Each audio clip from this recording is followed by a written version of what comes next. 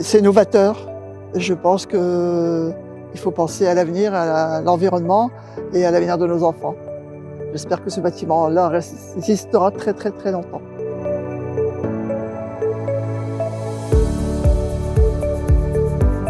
Donc là, on est sur le projet de la nouvelle mairie de Rouzy qui s'implante juste à côté de l'ancienne, sur un ancien parking à côté de la salle des fêtes.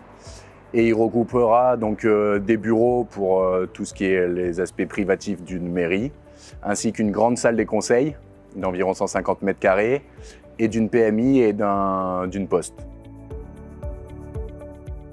On a une ancienne mairie qui consommait énormément d'énergie, que ce soit en chauffage, en alimentation, etc. Donc la demande de la maîtrise d'ouvrage, ça a été de construire un nouveau bâtiment beaucoup plus durable et beaucoup plus périn dans le temps, avec des matériaux évidemment biosourcés pour avoir certains labels. On a validé les enjeux de la RE 2020 avec l'empreinte carbone de 2028. À propos de la conception, donc on est parti sur des panneaux de béton de chanvre préfabriqués, donc un des premiers en France, avec donc une ossature entièrement en bois, une charpente bois, avec du coup ces panneaux préfabriqués qu'on venait agrafer sur cette ossature. Donc c'est d'avoir l'idée d'avoir aussi vraiment ce projet à échelle régionale, avec des matériaux locaux.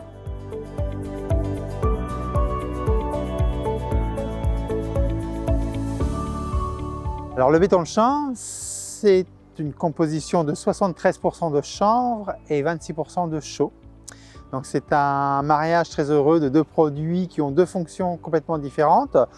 Le chanvre est là pour stocker la vapeur d'eau et va faire donc l'isolation. La chaux a trois fonctions: la durabilité, la liaison et le taxi de la vapeur d'eau. Le béton de chanvre est un matériau dynamique.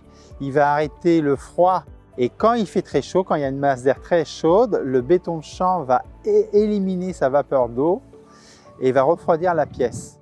C'est un matériau très performant. Il y a de nombreux bâtiments qui ont été instrumentés, qui permettent de voir les performances thermiques du béton de chanvre, avec une interprétation par l'Université de Béthune et une publication des résultats au CE2E. Donc ça, c'est notoire.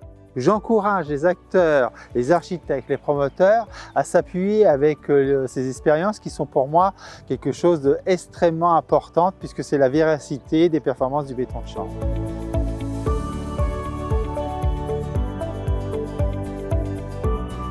L'idée du béton de chanvre travaillé par Wallab, c'est de simplifier en fait la massification de l'utilisation du béton de chanvre pour justement pouvoir simplifier les chantiers et travailler des projets de grande envergure avec beaucoup de mètres carrés à réaliser.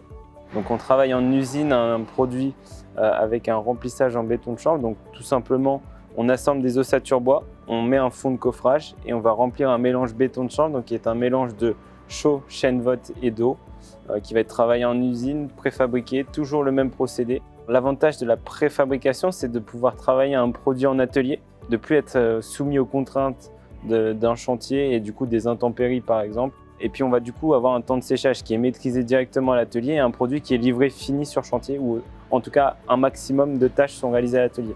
C'est un produit qui a un faible impact carbone, on est à 2,98 kg de CO2 par mètre carré sur le produit fini Wallab.